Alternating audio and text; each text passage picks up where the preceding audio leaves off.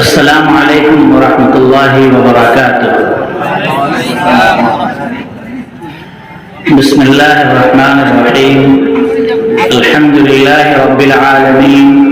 والصلاة والسلام علی شمس الہدایۃ والیقین، محمد وآلہ وصحبہ اجمعین، اما بعد، فاعوذ باللہ من الشیطان الرجیم، بسم اللہ الرحمن الرحیم، ان اللہ یأمرکم ان تؤدوا الامانات الی اہلها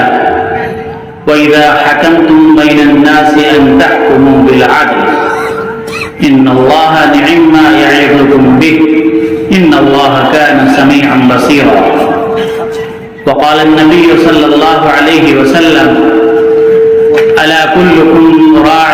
وكلكم مسؤول عن رعيته، أو كما قال عليه الصلاة والسلام۔ اسٹیج پہ تشریف فرما حضرات علماء کرام، سامنے تشریف رکھنے والے معزز و مکرم سامعین حضرات، میں اپنے لیے اس موقع کو بہت ہی بابرکت اور بہت ہی خوش قسمت اپنے آپ کو سمجھتا ہوں کہ اس عظیم الشان اجلاس اور بہت ہی بابرکت موقع پر مجھے حاضری کی توفیق ملی اور اللہ رب العزت کے فضل اور کرم سے آپ حضرات کے ساتھ کچھ باتیں کرنے کا موقع ملا۔ دعا ہے کہ اللہ رب ذوالجلال قرآن و حدیث کی روشنی میں صحیح بات کہنے اور اس پر ہمیں عمل کی توفیق مرحمت فرمائے۔ حضرات محترم، وعظ، نصیحت اور جلسے کے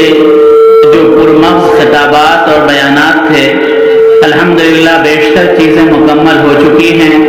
اور ان کے بعد موقر علماء کرام کے کچھ نصائح اور بیانات ہوں گے۔ بیچ میں مجھے حکم کر دیا گیا ہے، میں آپ کے سامنے ایک دو باتیں گوشے گزار کرنا چاہتا ہوں۔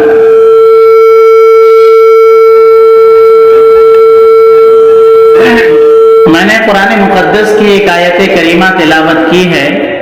اللہ رب ذوالجلال قرآن پاک کی اس آیت میں حکم فرماتے ہیں: ان اللہ یأمرکم ان تؤدوا الامانات الی اہلها۔ ایمان والو، اللہ رب العزت تمہیں حکم کرتے ہیں، یہ امر فرماتے ہیں کہ امانت کو اہل امانت کو لوٹا دو، امانت کو اہل امانت کو دے دو۔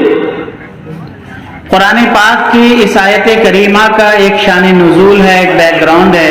ایک خاص موقع سے یہ قرآن پاک کی آیت نازل ہوئی ہے۔ میں چاہتا ہوں کہ سب سے پہلے اس شان نزول کو بیان کر کے تب بات آگے کروں۔ دراصل اسلام کی آمد جب ہوئی اور جناب محمد رسول اللہ صلی اللہ علیہ وسلم کی جو مکی زندگی تھی، اس کے بارے میں آپ حضرات نے سنا ہے کہ بہت سے دکھ، تکلیف اور مصائب سے گھری ہوئی تھی۔ اللہ رب ذوالجلال کی عبادت کے لیے اور کعبۃ اللہ میں اپنے سر کو جھکانے کے لیے اور نمازیں پڑھنے کے لیے آپ کو جو حالات آسانی کے ساتھ میسر آنے تھے وہ میسر نہیں تھے۔ ایک موقع تھا کہ اللہ کے رسول صلی اللہ علیہ وسلم کے دل میں یہ خواہش پیدا ہوئی کہ کعبۃ اللہ میں جا کر نماز کی کچھ رکعتیں ادا کی جائیں۔ وہاں لاک لگا ہوا تھا، تالا لگا ہوا تھا، اور اس کی چابی ایک خاص آدمی کے پاس تھی۔ اللہ کے حبیب جناب محمد رسول اللہ صلی اللہ علیہ وسلم نے اپنے ایک ساتھی کو چابی لانے کے لیے بھیجا۔ جس شخص کے پاس چابی تھی ان کا نام غالباً عثمان بن طلحہ تھا۔ ان کے پاس کعبۃ اللہ کی چابی تھی۔ جب صحابی رسول ان کے پاس چابی لینے کے لیے گئے تو انہوں نے چابی دینے سے منع کر دیا، اور آپ صلی اللہ علیہ وسلم کی شان میں بہت ہی کچھ نازیبہ کلمات کہے۔ اللہ کے حبیب جناب محمد رسول اللہ صلی اللہ علیہ وسلم کے ساتھی نے کہا کہ عثمان بن طلحہ، تم آج چابی نہیں دے رہے ہو، یہ چابی جو اللہ کے نبی مانگ رہے ہیں، جہاں خدا کی عبادت کے لیے وہ رسول اللہ ہیں، اللہ کی طرف سے بھیجے گئے نبی ہیں، ان کو تم چابی نہیں دے رہے۔ تمہارا کیا خیال ہے اس دن کے بارے میں جب اللہ کے حکم سے، اللہ کی مرضی سے اور اللہ کے احسان و فضل سے یہ چابی جناب محمد رسول اللہ صلی اللہ علیہ وسلم کے پاس ہوگی اور اللہ تبارک و تعالی جناب محمد رسول اللہ صلی اللہ علیہ وسلم کو یہ حکم دیں گے، یہ طاقت دیں گے، یہ قوت دیں گے اور یہ فیصلہ ان کے ہاتھ میں ہوگا کہ یہ چابی جس کو چاہیں عطا کریں۔ عثمان بن طلحہ نے کہا کہ اگر کوئی ایسا دن آنے والا ہے تو وہ دن قریش کے لیے، اہل مکہ کے لیے بہت ہی بے عزتی کا دن ہوگا، وہ دن اہل مکہ کے لیے، قریش کے لیے بہت ہی بربادی کا دن ہوگا۔ تو اللہ کے حبیب جناب محمد رسول اللہ صلی اللہ علیہ وسلم کے حکم سے صحابی رسول نے کہا کہ عثمان بن طلحہ یہ تمہاری سوچ غلط ہے، جس دن یہ ہوگا حقیقت میں اہل مکہ کی سربلندی کا وہی دن ہوگا، اہل مکہ کے لیے عزت کا وہی دن ہوگا۔ یہ واقعہ ہوا اور گزر گیا۔ گزر جانے کے بعد جناب محمد رسول اللہ صلی اللہ علیہ وسلم کو اللہ پاک نے ہجرت کا حکم فرمایا، مدینہ منورہ کی طرف آپ نے ہجرت فرمائی۔ ہجرت کے بعد مختصر یہ کہ اللہ تبارک و تعالی نے مسلمانوں کو فتح عطا فرمائی اور اللہ تبارک و تعالی کے حکم سے فتح مکہ ہوا۔ مکہ مکرمہ کے فتح ہونے کے بعد جب صحابہ کرام کی جماعت مکہ کے اندر داخل ہوئی تو اس وقت تک جو لوگ ایمان میں داخل نہیں ہوئے تھے، جو مشرکین تھے، اور ان میں وہ لوگ بھی تھے جنہوں نے جناب محمد رسول اللہ صلی اللہ علیہ وسلم کو ستایا تھا، تکلیف دیا تھا، پریشان کیا تھا، یا صحابہ کرام کی جماعت کو ستایا تھا، یہ سارے کے سارے لوگ بھی وہاں موجود تھے۔ وہ لوگ جب صحابہ کرام کی جماعت وہاں داخل ہوئی تو ڈرے تھے، سہمے تھے، سوچ رہے تھے پتہ نہیں کیا حالت ہوگی۔ انہی میں عثمان بن طلحہ بھی تھے۔ اب عثمان بن طلحہ کو وہ دن یاد آنے لگا کہ صحابی رسول نے کہا تھا کہ اس دن کے بارے میں کیا خیال ہے، اور جو کچھ انہوں نے اپنا بیہیویئر، اپنا معاملہ، اپنا طریقہ اپنایا تھا صحابی رسول کے ساتھ اور جناب محمد رسول اللہ صلی اللہ علیہ وسلم کی ذات کے ساتھ، وہ ساری باتیں ان کو یاد آ رہی تھیں۔ جب فتح مکہ مکمل ہوئی اور کعبۃ اللہ کے پاس حاضر ہوئے تو جناب محمد رسول اللہ صلی اللہ علیہ وسلم نے فرمایا اپنے ایک ساتھی سے کہ جاؤ اور عثمان بن طلحہ سے کعبۃ اللہ کی چابی لے آؤ۔ عثمان بن طلحہ ایک گھر کے اندر چھپ کر کے کہیں دبک کر بیٹھے ہوئے تھے، وہ باہر نکلنا نہیں چاہ رہے تھے، وہ سوچ رہے تھے کہ پتہ نہیں کیا حالت پیش آئے گی۔ خیر صحابی رسول نے ان کو وہاں سے اٹھایا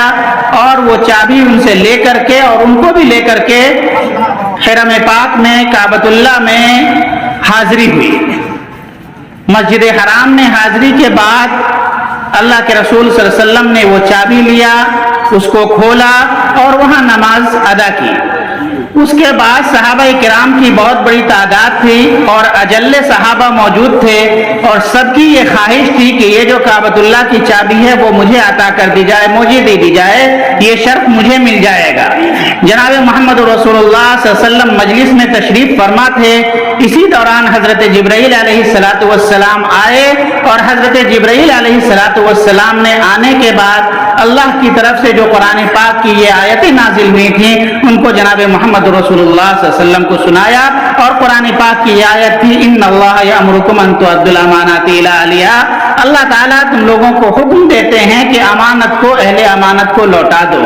جس کا اشارہ اس بات کی طرف تھا کہ کعبۃ اللہ کی چابی جو عثمان بن طلحہ کے پاس رہتی تھی آج بھی یہ چابی اسی کو دے دی جائے، اسی کو یہ حق حاصل ہے۔ چنانچہ جناب محمد رسول اللہ صلی اللہ علیہ وسلم نے قرآن پاک کی آیت کریمہ کی تلاوت فرمائی اور عثمان بن طلحہ کو بلایا اور کہا کہ اے عثمان، ہمارا رب اور ہمارا خدا، ہمارا پالنے والا یہ حکم دیتا ہے کہ کعبۃ اللہ کی یہ چابی تمہارے پاس تھی، لہٰذا آج بھی یہ چابی تمہارے پاس ہی رہنی چاہیے اور اللہ کے حکم سے یہ چابی تمہیں لوٹائی جاتی ہے۔ جب عثمان بن طلحہ نے بڑی مجلس میں دیکھا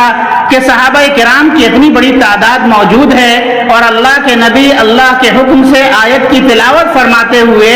قرآن پاک کی آیتوں کی تلاوت کے ساتھ اس چابی کو ہمیں حوالے کر رہے ہیں، تو عثمان بن طلحہ کو اللہ کا یہ فیصلہ ایسا دل پہ اثر کیا، جناب محمد رسول اللہ صلی اللہ علیہ وسلم کی طرف سے جو شفقت و محبت پیش آئی اس نے ایسا اثر کیا کہ اسی مجلس کے اندر وہ کھڑے ہوئے اور کہا کہ اے عبداللہ کے بیٹے محمد، اب آپ اپنا کلمہ پیش کیجئے، میں ایمان قبول کرتا ہوں۔ چنانچہ عثمان بن طلحہ نے اسی مجلس میں اشہد ان لا الہ الا اللہ واشہد ان محمدًا عبدہ ورسولہ پڑھ کے حلقہ بگوش اسلام ہو گئے۔ قرآن پاک کی اس آیت کا شان نزول یہ ہے، لیکن اس کے اندر حکم عام ہے کہ اللہ تبارک و تعالیٰ کی طرف سے یہ حکم ہے کہ جس کے پاس بھی کوئی بھی امانت ہو اور اس امانت کا جو حق ہو، اس امانت کا جو حقدار ہو، اس کو لوٹانا چاہیے، اس کو دینا چاہیے، امانتوں کا حق ادا کرنا چاہیے۔ میں نے قرآن پاک کے بعد ایک حدیث کے ٹکڑے کی تلاوت کیا اور اس کے اندر اللہ کے حبیب جناب محمد رسول اللہ صلی اللہ علیہ وسلم نے ارشاد فرمایا کہ اے لوگو، تم میں سے ہر ایک نگراں ہے، تم میں سے ہر ایک گائیڈ ہے، تم میں سے ہر ایک ذمہ دار ہے، اور اس دنیا سے جانے کے بعد تمہارے ماتحت جو لوگ تھے، تمہاری نگرانی میں جو لوگ تھے، جن کی تم کو ذمہ داری دی گئی تھی، اس کے بارے میں تم سے سوال کیا جائے گا۔ میرے محترم بزرگوں، دوستو، میرے کہنے کا مقصد صرف اور صرف یہی ہے، اور وہ یہ ہے کہ اللہ تبارک و تعالیٰ نے ہر انسان کو، جن کو بھی اولاد کی نعمت سے نوازا ہے، وہ اولاد کی نعمت ایک امانت ہے، اور اس امانت کے بارے میں اللہ رب العزت سوال کرے گا۔ اس امانت کے بارے میں اللہ تبارک و تعالیٰ پوچھے گا، اس امانت کا کیا حق ہم نے ادا کیا، اس کا ہم سے سوال کیا جائے گا۔ یہاں جو امانت ہے، ہمارے بچے، ان بچوں کی صحیح تعلیم، ان بچوں کی صحیح تربیت اور ان بچوں کی صحیح پرورش اور ان کی صحیح رہنمائی، یہ ہم سب کے لیے لازمی اور ضروری ہے۔ اگر ان بچوں کے حق کو ہم نے ادا نہیں کیا تو اللہ رب العزت کے سامنے حاضر ہونے کے بعد ہمیں اس امانت کے بارے میں جواب دینا ہوگا۔ اور بچوں کی جو امانت ہے، ان کے حق کی ادائیگی یہ ہے کہ ان کی صحیح تعلیم کا نظم کیا جائے، ان کو ایسی تعلیم دی جائے جس سے ان کی تعلیم کے ذریعے سے ان کی تربیت کا بھی انتظام ہو سکے۔ اللہ رب العزت کا کرم یہ ہے کہ ہم جس مدرسے کے پروگرام میں حاضر ہو رہے ہیں، جہاں شریک ہو رہے ہیں، یہ مدرسہ ہے، دینی درسگاہ ہے، جہاں قرآن و حدیث کی صرف تعلیم ہوتی ہے اور جہاں قرآن و حدیث کو سکھایا جاتا ہے۔ آج ہم سب کی ذمہ داری یہ ہے کہ ہمارے بچوں کی زندگی میں دین کس طریقے سے داخل ہو، ان کی زندگی دینی زندگی کیسے بنے۔ آج کے بے حیائی کے ماحول میں ہمارے بچے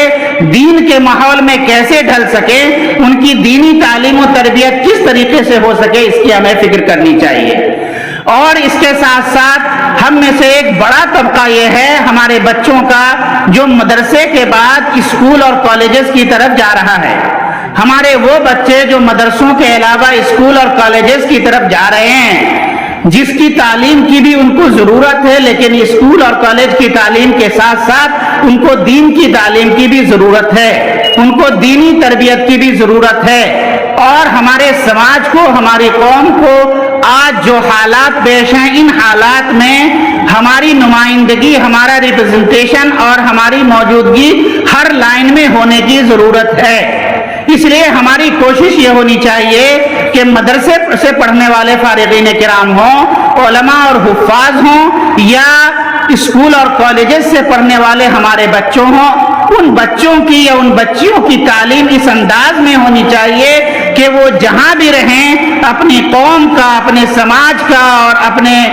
علاقے کا اور اپنے خاندان کا نام روشن کر سکیں اور صحیح انداز میں ہماری نمائندگی کر سکیں۔ آج ہمارے سماج کی، ہمارے قوم کی ساری ضروریات کو سامنے رکھتے ہوئے ہمیں آگے بڑھنے کی ضرورت ہے۔ آگے کا جو زمانہ ہے، آگے کے جو حالات ہیں، وہ بہت چیلنج والے ہیں، ایسے حالات ہیں جس میں ہمیں ہر طرح کے چیلنجز کا مقابلہ کرنا ہے۔ میں بہت مختصر میں یہ کہہ رہا ہوں، وقت چونکہ بالکل نہیں ہے اور مجھے لمبی بات کرنی بھی نہیں، میں 1-2 منٹ میں جو بات کہنا چاہتا ہوں وہ یہ ہے کہ آج اس وقت ہمارے سماج کو، ہمارے معاشرے کو بہت اچھے علماء کرام کی ضرورت ہے، بہت اچھے حفاظ کرام کی ضرورت ہے، بہت اچھے ائمہ کرام کی ضرورت ہے، دینی علماء اور دینی قائدین کی ضرورت ہے۔ اس کے ساتھ ساتھ جو دوسری جتنی بھی لائنیں ہیں ان لائنوں کے اندر بھی ہمارے سماج کے اور ہمارے بچوں کے اور ہمارے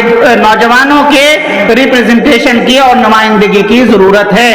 آج ہمارے بچوں کو اتنی اچھی تعلیم دی جا سکے کہ حکومتی سطح کے جتنے بھی اعلیٰ سے اعلیٰ امتحانات ہوتے ہیں، بڑے سے بڑے جو ایگزام ہوتے ہیں، ان کو بھی یہ بچے کوالیفائی کر کے اور بہتر سے بہتر انداز میں اپنے قوم کا، اپنے سماج کا نام روشن کر سکے۔ یہاں بہت اچھے ڈاکٹر، بہت اچھے انجینئر، بہت اچھے پروفیسر، بہت اچھے ایڈمنسٹریٹر، بہت اچھے IAS IPS آفیسر کی بھی ضرورت ہے۔ لیکن ان ساری چیزوں سے پہلے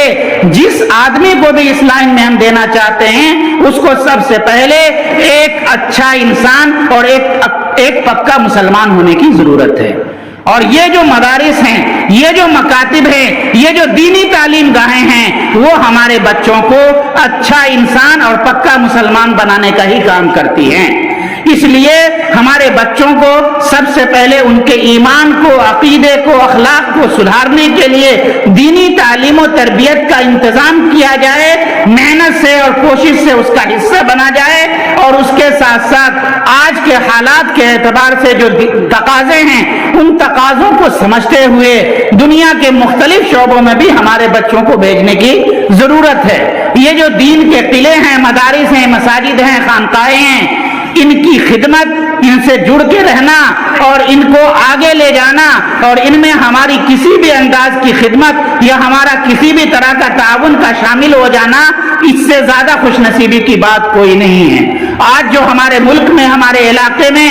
کسی بھی طرح کی دینی بقا ہے، دینی تشخص ہے، اس میں اگر مکمل طور پہ کسی کا بہتر کردار ہے تو یہ مدارس اسلامیہ ہیں جن کا کردار ہے۔ انہی مدارس اور مساجد اور علماء کرام کی بدولت ہمارے چہروں پہ داڑیاں اور ہمارے سروں پر ٹوپی باقی ہے، ہماری مسجدوں کے اندر نماز اور ہمارے محلوں میں دین باقی ہے۔ یہ ہمارے مساجد کی، مدارس کی، علماء کی اور مکاتب کی خدمات ہیں۔ لیکن میرے محترم بزرگوں، دوستو، آج کے حالات کے اعتبار سے یہ پورے ملک کا تقاضا ہے، ہمارے سماج کا تقاضا ہے، ہماری سوسائٹی کا تقاضا ہے، اور ہماری قوم کو بھی ضرورت ہے کہ یہ جو ہمارے علماء اور حفاظ پیدا ہو رہے ہیں، ان میں سے ایک طبقہ تو مساجد اور مدارس کی خدمت کے لیے، لیکن انہی میں سے ایسے افراد بھی نکلیں جو دوسرے شعبے ہیں، جو دوسرے میدان ہیں، ان میں بھی اپنی ریپریزنٹیشن کو اور اپنی نمائندگی کو بڑھا سکیں۔ اس کے لیے ہمیں فکر کرنے کی ضرورت ہے، سوچنے کی ضرورت ہے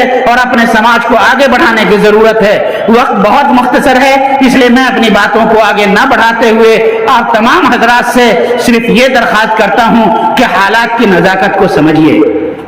حالات کو دیکھیے، زمانہ کس طرف جا رہا ہے۔ آج ہماری جو محنت کپڑوں کے اوپر، کھانے کے اوپر، گھر بنانے کے اوپر، گاڑیوں کے اوپر اور دنیا کی نمائش کے اوپر ہے، ان سب چیزوں میں تھوڑا کمپرمائز کیجئے۔ کھانے پینے میں تھوڑا، کپڑے پہننے میں کمپرمائز کیجئے۔ اپنے بچوں کو مدرسے کی یا اسکول اور کالج کی جو بھی اعلیٰ سے اعلیٰ تعلیم ہو، اس تعلیم کو دلانے میں پیچھے مت رہیے۔ ہم ایسے ہی بہت پیچھے رہ گئے، اب زمانہ نہیں ہے ہمارے پیچھے رہنے کا۔ ہماری قوم کو، ہمارے لوگوں کو بہت آگے بڑھنے کی ضرورت ہے، اور ہماری قوم کو اچھے علماء اور حفاظ کے ساتھ ساتھ اچھے ایڈمنسٹریٹر، اچھے لوگوں کی ضرورت ہے۔ ان سارے میدانوں میں انہی مدرسوں کے فارغین کو بھیجنے کے لیے، ان مدرسوں کے فارغین کو اعلیٰ سے اعلیٰ تعلیم دلا کر کے سماج کی ضروریات کو ہر لائن میں پورا کرنے کی فکر کرنی چاہیے، اور جو بچے بھی اسکول اور کالج جا رہے ہیں ان کی دینی تعلیم کی فکر کرنی چاہیے۔ آج جو اسکول اور کالجز میں جو حالات پیش آ رہے ہیں، ہم اور آپ اس کا مشاہدہ یا اس کا اندازہ نہیں لگا سکتے۔ جو حالات ہیں ان حالات سے نمٹنے کے لیے ہمارے بچوں کی دینی تعلیم و تربیت بہت ضروری ہے۔ اس کے ساتھ ساتھ ہمارے سارے بچوں کو آج کے حالات کو سامنے رکھتے ہوئے، زمانے کے تقاضوں کو سامنے رکھتے ہوئے، آج کی ضروریات کو سامنے رکھتے ہوئے ہمیں ہر طرح کی تعلیم میں، ہر میدان میں آگے بڑھنے کی ضرورت ہے۔ دعا ہے کہ اللہ رب العزت ہم تمام کو صحیح انداز میں سوچنے، صحیح فکر کرنے اور صحیح راستے پر چلنے کی اللہ تبارک و تعالیٰ توفیق مرحمت فرمائے۔ آمین وآخر دعوانا الحمدللہ رب العالمین۔ আমরা মাদ্রাসার তালিবে যে লেখানো আছে দুর্নাজ হয় এখন আমরা